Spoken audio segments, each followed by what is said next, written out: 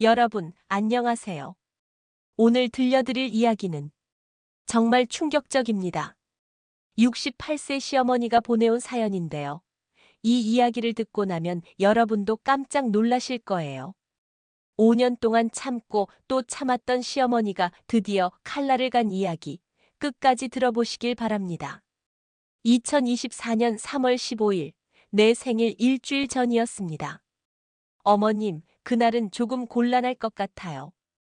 이번에 친정엄마도 그날에 생일잔치를 하기로 했어요. 핸드폰 속 며느리 수진의 목소리가 유난히 차갑게 들렸습니다. 매년 3월, 우리 집에서 조용히 가족끼리 모여 식사를 하던 내 생일. 올해는 특별히 아들 서준이와 며느리에게 직접 초대장을 보냈었거든요. 혹시 이번엔 정말 가족다운 생일을 보낼 수 있을까? 그런 소박한 기대를 품고 새벽 5시부터 일어나 장을 봤습니다. 오리 한 마리를 통째로 사서 백숙을 끓이고 수진이가 좋아한다던 칼국수 면발도 직접 뽑고 봄나물도 정성껏 무쳤죠. 괜찮다. 친정어머니 생신이니까 어쩔 수 없지. 속으로는 서운했지만 며느리 입장에서 친정엄마가 우선일 수 있다고 스스로를 달랬습니다. 그런데 그날 저녁 9시쯤 친구 경숙 언니에게서 전화가 왔어요. 야, 혜수가. 내가 오늘 백화점에서 깜짝 놀란 걸 봤어. 응? 뭘? 내 며느리 말이야. 친정어머니랑 명품관에서 정말 비싼 가방을 사더라고. 120만 원짜리 코치백이었어. 120만 원? 제 목소리가 떨렸어요. 작년 제 생일날 수진이가 건넨 꽃다발이 떠올랐거든요. 5만 원짜리 작은 꽃다발이었어요. 맞아. 그런데 그게 끝이 아니야. 그 옆에서 친정어머니가 직원한테 딸이 매달 용돈 많이 줘서 이런 것도 살 수 있어요라고 자랑하더라고. 매달 용돈을? 응, 월 100만 원씩 드린다더라. 아, 내가 직접 들었어. 전화를 끊고 나서 저는 한참을 멍하니 앉아 있었어요. 월 100만 원이라니. 저는 1년에 딱 한 번 생일날 50만 원을 받을 뿐이었는데. 그리고 그 50만 원마저도 어머님, 올해는 이것만. 죄송해요라며 미안해하는 표정으로 건네던 수진의 모습이 떠올랐어요. 그런데 친정어머니에게는 매달 100만 원씩? 하지만 여러분, 이건 정말 시작에 불과했어요. 진짜 충격적인 건 그 다음에 일어났거든요. 그 사건 이후로 저는 무의식 중에 수진의 행동을 유심히 보게 됐습니다. 2022년 첫 추석, 수진은 지방 친척 어른들 뵈러 내려간다며 시댁 차례를 빠졌어요. 그런데 며칠 후 동네 아주머니가 말하더라고요. 해숙 씨네 며느리, 친정 어머니랑 제주도 갔어. 5성급 리조트 빌렸다 하더라고. 거기 하룻밤에 80만 원 정도 한다던데. 우리 딸이 제주도 여행 갔잖아. 공항에서 만났대. 80만 원짜리 호텔? 그 말을 듣는 순간 갑자기 생각난 게 있었어요. 작년 여름 제가 무릎이 아파서 온천이라도 다녀오고 싶다고 했을 때 수진이 한 말이었죠. 어머님, 요즘 호텔비가 너무 비싸서 그냥 찜질방에서 1박 하시는 게 어때요? 깔끔하고 3만 원이면 되잖아요. 친정 어머니와는 80만 원짜리 5성급 리조트, 시어머니에게는 3만 원짜리 찜질방.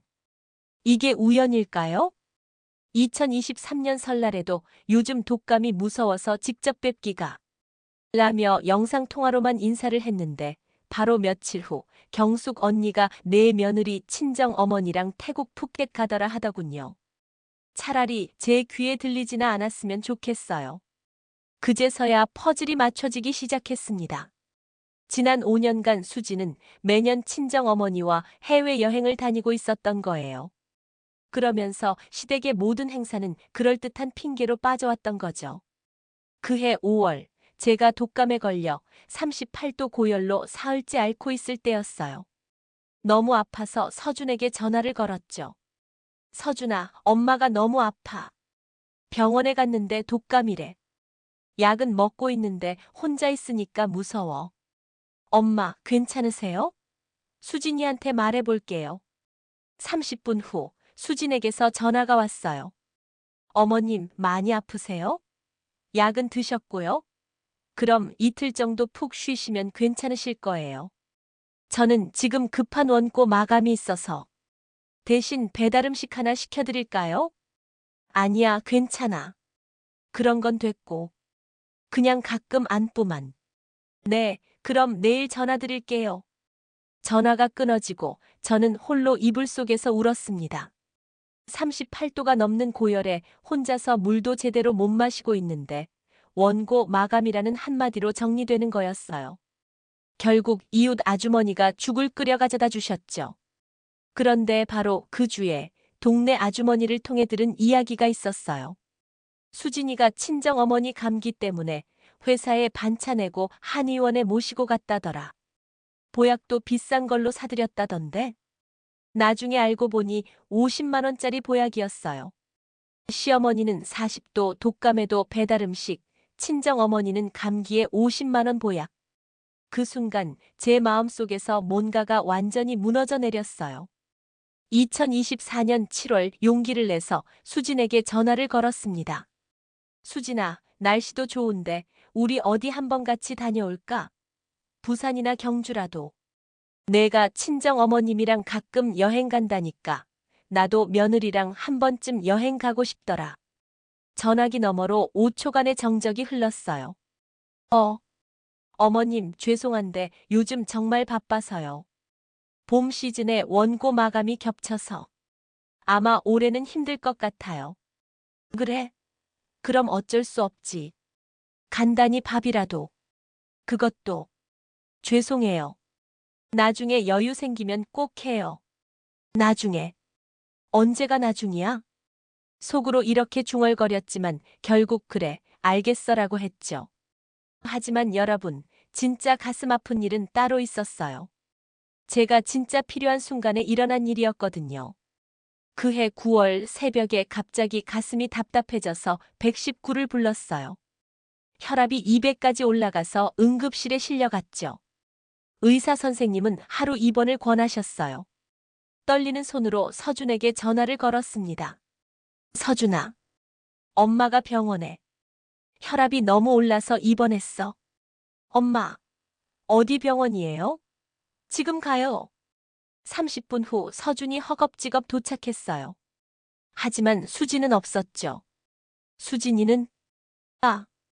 어머니, 수진이는 내일 중요한 프레젠테이션이 있어서 병원 일이 끝나면 바로 올게요.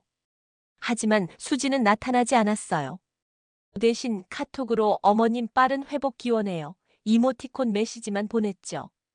그런데 바로 그 다음 주 동네에서 들은 이야기가 있었어요. 수진이가 친정어머니 소화불량 때문에 밤새 간병했다더라. 손수죽도 끓여드리고 등 마사지도 해드리고 고혈압으로 응급실에 실려간 시어머니에게는 카톡 이모티콘 하나, 소화불량인 친정어머니에게는 밤새 간병. 그날 밤 병원 침대에서 천장을 바라보며 정말 많이 울었어요. 아들이 결혼을 결심했을 때 제일 큰 걸림돌은 신혼집이었어요. 어머니, 요즘 전셋값이 너무 올라서 저희 둘이 모은 돈으론 턱없이 부족해요. 이 동네에서 결혼하려면 최소 4억은 있어야 하는데. 서준이가 눈물글썽인 채로 말했을 때 제 마음도 아팠어요. 하지만 더 큰 고민은 따로 있었죠. 이 30평 아파트는 제가 홀로 서준이를 키우면서 30년 넘게 모은 돈으로 장만한 유일한 자산이었거든요. 남편이 서준이 5살 때 교통사고로 세상을 떠난 후 낮에는 식당 일하고 밤에는 청소 일하면서 푼푼히 모아 산 집이었어요. 하지만 아들의 행복을 위해서라면 그럼 이 집 너희가 써. 어차피 나 혼자 사는데 이렇게 넓은 곳이 뭐가 필요하겠니? 엄마, 그건 안 돼요. 너무 미안해요. 뭘 미안해. 너희가 행복하면 그게 나한테 제일 큰 선물이야. 이 말은 진심이었어요. 그렇게 저는 15평 빌라 전세로 이사했습니다. 30평에서 쓰던 가구들은 대부분 버리고 냉장고도 중고로 바꿨어요. 겨울에는 보일러비 아끼려고 전기장판 하나로 버텼고 여름에는 에어컨 없이 선풍기로만 견뎠죠. 하지만 단 한 번도 아들 부부에게 불평한 적 없었어요. 나는 괜찮아. 이게 제 입에 붙은 말이 되었거든요. 첫 명절 준비할 때도 그랬어요.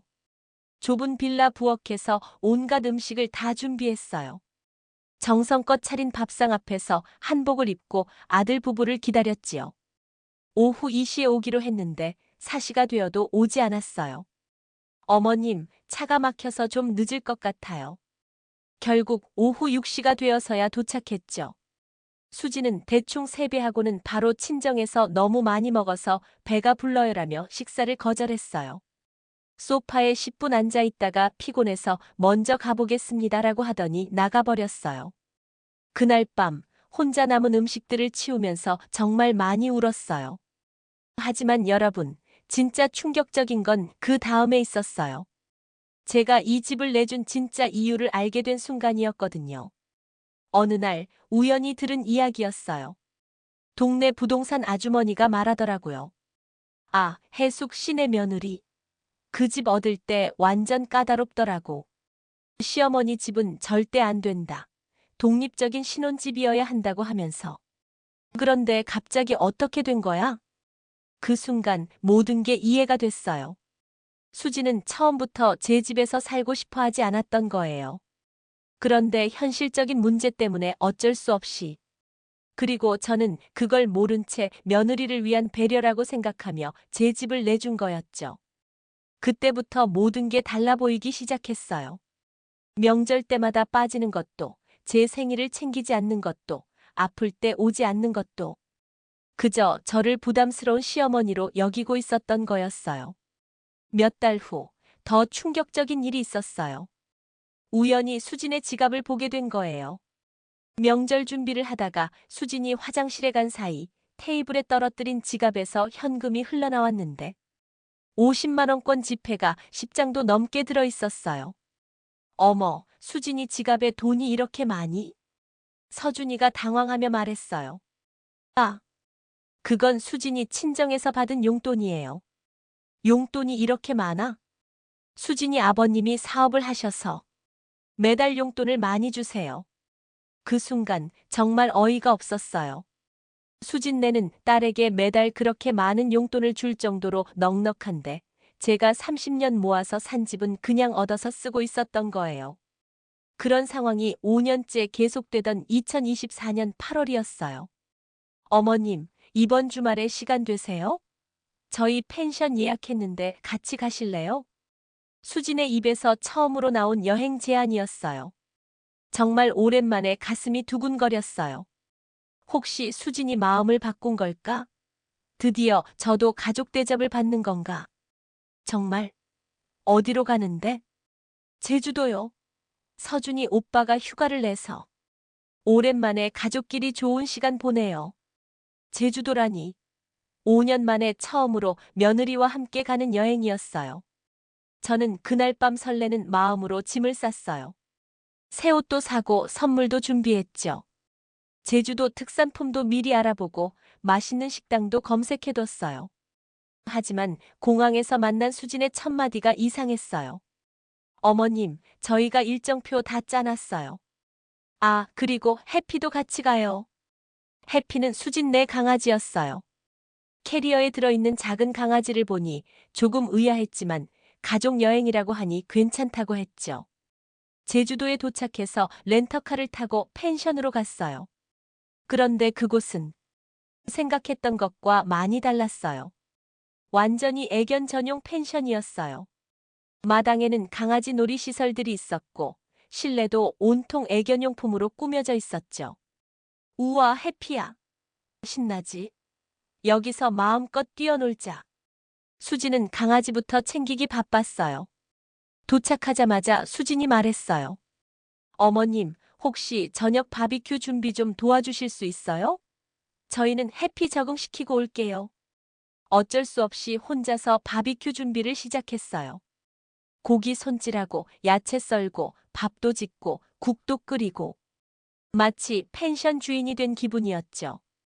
해가 질 무렵 서준과 수진이 웃으며 돌아왔어요. 손에는 강아지 장난감이 한가득. 와, 고기 냄새 대박. 역시 어머님 최고예요. 하지만 고맙다는 말은 없었어요. 식사가 끝나자 수진이 또 말했어요. 어머님, 설거지 좀 부탁드려도 될까요? 해피가 낯선 환경에서 예민해 하거든요. 좀 달래줘야 해요. 그렇게 저는 혼자서 모든 설거지를 했어요. 밤이 되자 강아지가 낯선 곳에서 계속 짖기 시작했어요.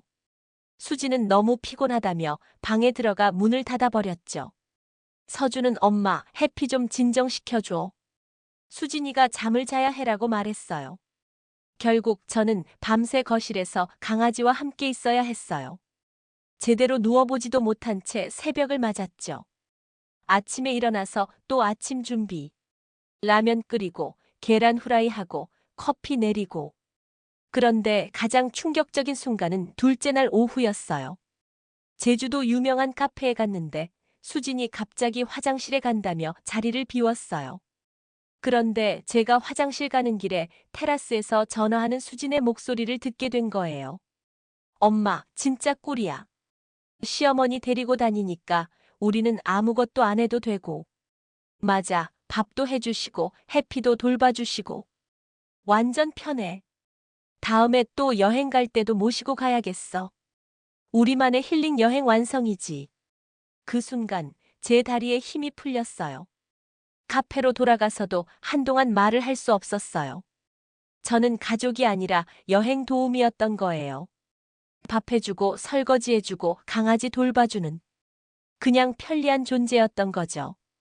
그날 밤 펜션에서 혼자 울었어요. 제주도의 아름다운 바다를 보면서도 전혀 기쁘지 않았거든요. 정말 이대로 모든 걸 포기하고 싶었지만 아직 끝이 아니었어요. 제주도 여행에서 돌아온 후 며칠 동안 저는 알아누웠어요. 몸이 아프다기보다는 마음이 너무 아팠거든요. 그런데 일주일 후 수진에게서 믿을 수 없는 카톡이 왔어요. 어머님, 죄송한데 이번부터 생일 용돈을 좀 줄여야 할 것 같아요. 엄마가 건강이 안 좋아져서 건강검진비랑 치료비가 많이 드는데 혹시 30만 원 정도로 해도 괜찮으시겠죠? 생일 용돈을 줄이자고? 지금까지 1년에 딱 한 번 50만 원씩 받았는데 그마저도 줄이자고? 전화를 걸어서 더 자세히 물어봤어요. 친정 어머님이 많이 아프시나? 네, 건강검진 받으시는데 정밀검사도 하시고. 어머님도 이해해 주시죠? 그럼 어쩔 수 없지. 알겠어. 그런데 바로 그날 저녁, 또 경숙 언니가 전화했어요. 어찌나 소식도 빠른지. 야, 혜수가. 내 며느리 친정 어머니 아프다며. 응, 그래서 검진비가 많이 든다고. 무슨 소리야? 동네에 소문 다 났어. 내 며느리가 친정 어머니 200만 원짜리 VIP 종합건강검진 받게 해드렸다더라. 200만 원짜리 건강검진? 맞아. 그런데 그게 끝이 아니야. 검진 끝나고 나서는 고급 영양제 세트까지 사드렸다던데. 그것도 50만 원 넘게 들었을 거야? 그 순간 정말 모든 게 끝났다고 느꼈어요. 친정 어머니께는 200만 원짜리 VIP 건강검진에 50만 원 영양제, 시어머니에게는 50만 원에서 30만 원으로 삭감. 그날 밤 저는 오래된 사진첩을 꺼냈어요. 서준이가 아기였을 때부터 지금까지의 사진들. 혼자서 키우느라 고생했던 시절들. 그리고 이 집의 등기부등본도 꺼냈어요. 이 집, 아직 내 이름이네. 당시에 서준이가 엄마 나중에 정리하자며 명예 이전을 미뤘던 거였어요. 저도 부모 자식 간에 그런 게 중요해. 라며 그냥 넘어갔었고요. 그게 다행이었어요. 하지만 바로 결정을 내리지는 않았어요. 혹시나 해서 한 번 더 기회를 주고 싶었거든요. 며칠 후 서준에게 전화를 걸었어요. 서준아, 엄마가 요즘 너무 외로워서 우리 가끔이라도 같이 시간 보낼 수 있을까? 엄마, 요즘 회사 일이 너무 바빠서. 그럼 수진이는? 수진이랑이라도. 수진이도. 원고 마감이 있어서요. 조금만 기다려주세요. 기다려달라고. 또 기다려달라고. 그날 밤 저는 결심했어요. 더 이상은 안 되겠다고. 다음 날 아침 저는 부동산에 갔어요. 사장님, 이 집 내놓으려고요. 어머님, 이 동네 시세 정말 좋아요. 요즘 6억도 나와요. 빨리만 팔리면 5억 8천에도 괜찮아요. 부동산 사장님이 깜짝 놀랐어요. 어머님, 왜 이렇게 급하게 파시려고요? 혹시 급전이 필요하신가요? 아니에요. 그냥 이제 새로운 인생을 살고 싶어서요. 2주 만에 계약자가 나타났어요. 현금으로 5억 8천만 원에 사겠다는 분이었죠. 그제야 서준에게 전화를 걸었죠. 서준아, 이번 주말에 수진이랑 같이 와. 할 얘기가 있어. 토요일 오후 2시, 서준과 수진이 왔어요. 수진은 평소처럼 대충 인사하고 소파에 앉았죠. 무슨 일인데요, 어머님? 급하다고 하셔서. 저는 조용히 봉투를 꺼냈어요. 그 안에는 부동산 계약서가 들어 있었죠. 집 팔았어. 다음 달 15일까지 나가야 해. 완전한 정적이 흘렀어요. 서준이 먼저 입을 열었어요. 엄마, 무슨 소리야? 농담이지? 농담으로 보여? 계약 완료됐고 계약금도 이미 받았어. 수진의 얼굴이 새하얗게 변했어요. 어머님, 갑자기 이게 무슨? 갑자기? 5년 동안 충분히 생각할 시간 있었는데? 서준이가 당황하며 물었어요. 왜? 왜 이러세요? 무슨 일 있었어요? 저는 심호흡을 하고 차근차근 말하기 시작했어요. 지난 5년 동안 내가 뭘 했는지, 너희가 나한테 뭘 했는지 얘기해 볼까? 수진아, 내가 생일 초대했을 때 친정 엄마 생신이라며 거절하고 프라하 여행 간 거 기억나? 수진이 깜짝 놀라며 말했어요. 그건 어떻게? 동네 사람들이 다 알아. 너만 모르고 있어. 친정 엄마한테는 매달 100만 원 용돈 드리고 120만 원짜리 코치백 사주면서 나한테는 1년에 50만 원도 아까워했잖아. 내가 독감으로 40도 열나며 죽어갈 때는 배달음식 하나로 끝내고 친정 엄마 감기에는 50만 원 보약 사주고 밤새 간병했지. 제주도에서 나를 여행 도우미 부리면서 시어머니 데리고 다니니까 완전 편하다고 한 거. 그리고 마지막에 친정 엄마 200만 원 VIP 건강검진 해드리면서 내 생일용돈은 30만 원으로 깎자고 한 거. 수진이가 눈물을 글썽이며 말했어요. 어머님, 제가 잘못했어요. 정말 죄송해요. 앞으로는 없어.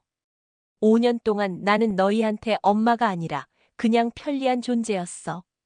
이제 그런 관계는 끝내고 싶어. 서준이가 조용히 말했어요. 엄마, 그동안 정말 감사했어요. 하지만 이렇게까지 하실 필요가 있어. 나도 이제 내 인생을 살고 싶어. 수진이가 다급하게 말했어요. 어머님, 저희 어디 가서 살아요? 전세금도 없고. 그건 너희 문제야. 5년 동안 내 집에서 공짜로 살면서 해외여행도 다녔잖아. 그동안 뭘 했어? 서준이가 화를 내기 시작했어요.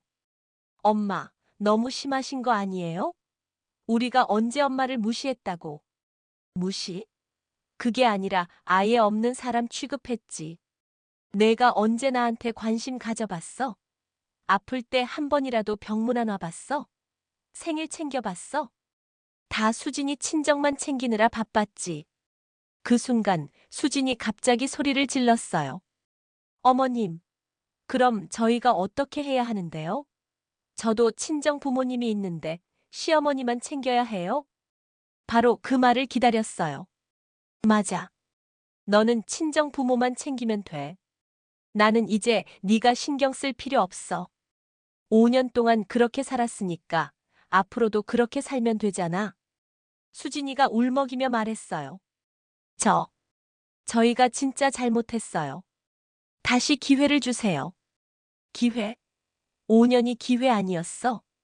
서준과 수진은 한 달 안에 이사를 나갔어요. 마지막 날까지도 수진은 믿을 수 없다는 표정이었죠. 어머님, 정말 후회하실 거예요.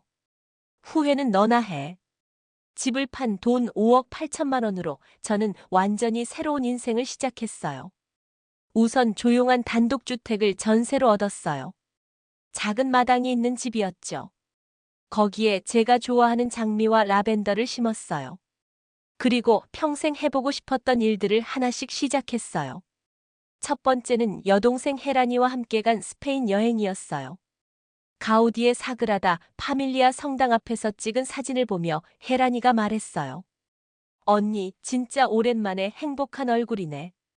두 번째는 동네 문화센터 수채화반이었어요. 70세가 다 된 나이에 그림 그리기를 배우는 건 정말 신선한 경험이었어요. 매일 아침 제가 직접 내린 커피를 마시며 클래식 음악을 듣고 오후에는 정원에서 책을 읽어요. 이제 눈치도 보지 않고 누구한테도 미안해하지 않아요. 6개월 후 마트에서 우연히 수진을 만났어요. 예전처럼 화려하지도 않았고 피곤에 찌든 얼굴이었죠. 저를 본 수진은 한참을 바라보더니 고개를 숙이고 다른 쪽으로 사라졌어요. 그 순간 느낀 감정은 단 하나였어요. 드디어 자유다. 몇 주 후 경숙 언니가 말해줬어요. 야, 혜수가. 내 며느리 요즘 고생 많이 한다더라. 월세방 얻어서 살고 있는데 남편이 야근도 많이 하고.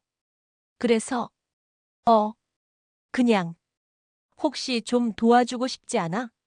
전혀. 자기들이 선택한 길이잖아.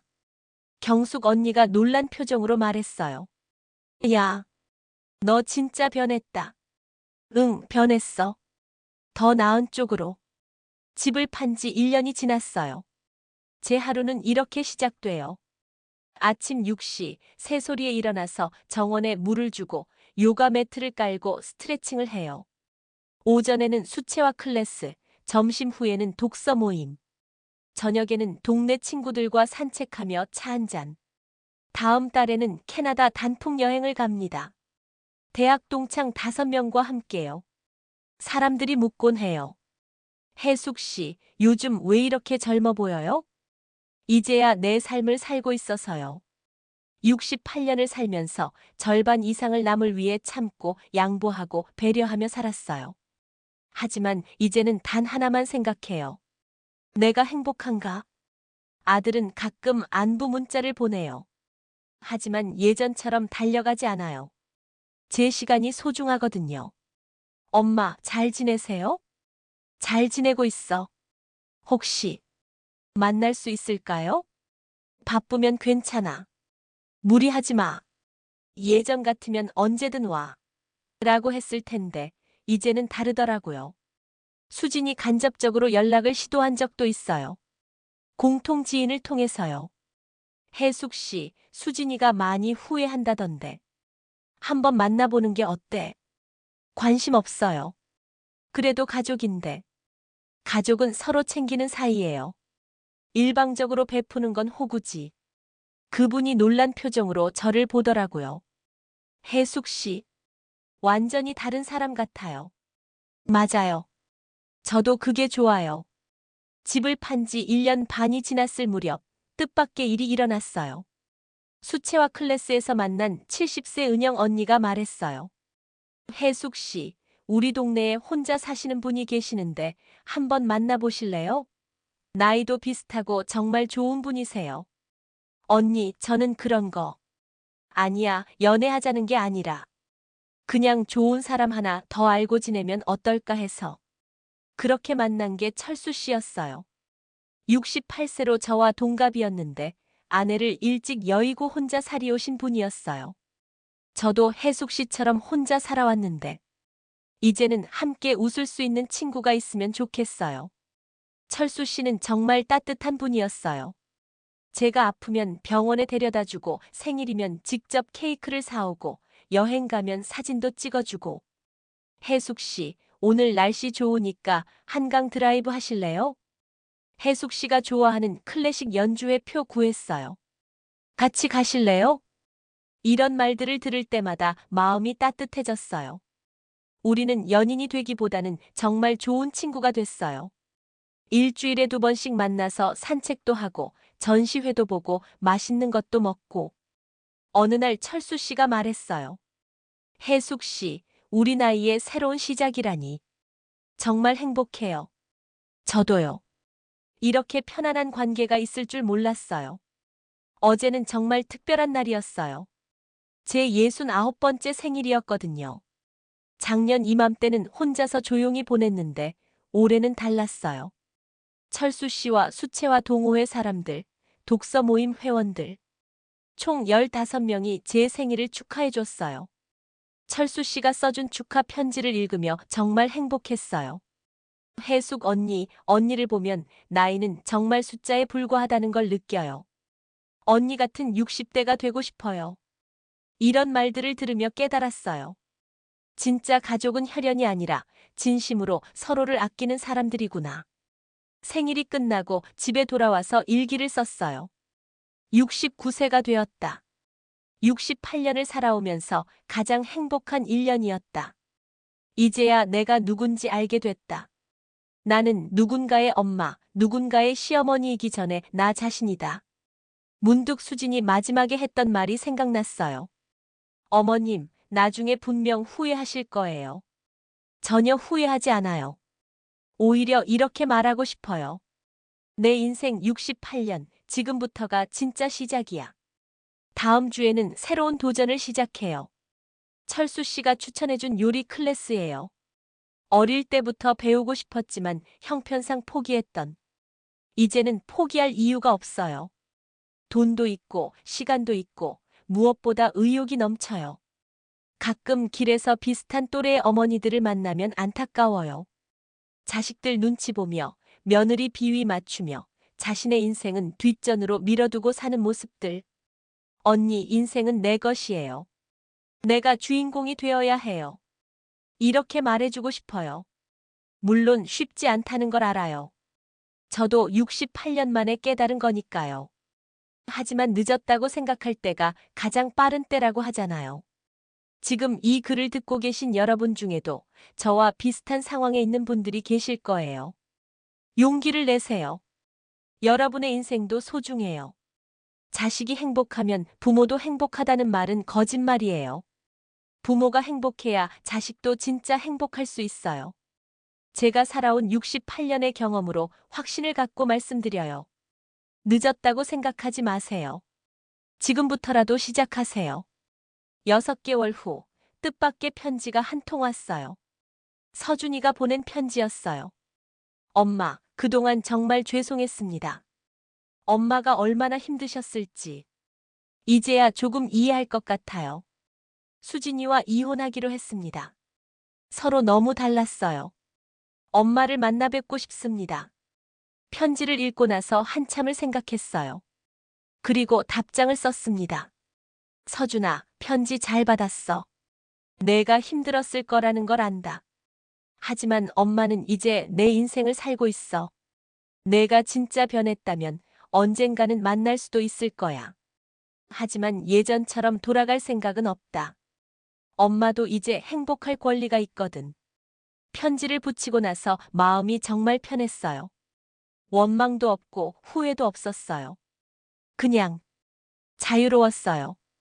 철수 씨와 함께 공원을 산책하면서 말했어요. 철수 씨, 저 정말 행복해요. 나도 그래. 이 나이에 이런 행복이 있을 줄 몰랐어. 앞으로도 계속 이렇게 함께 해요. 물론이지. 우리 둘 다 아직 할 일이 많잖아.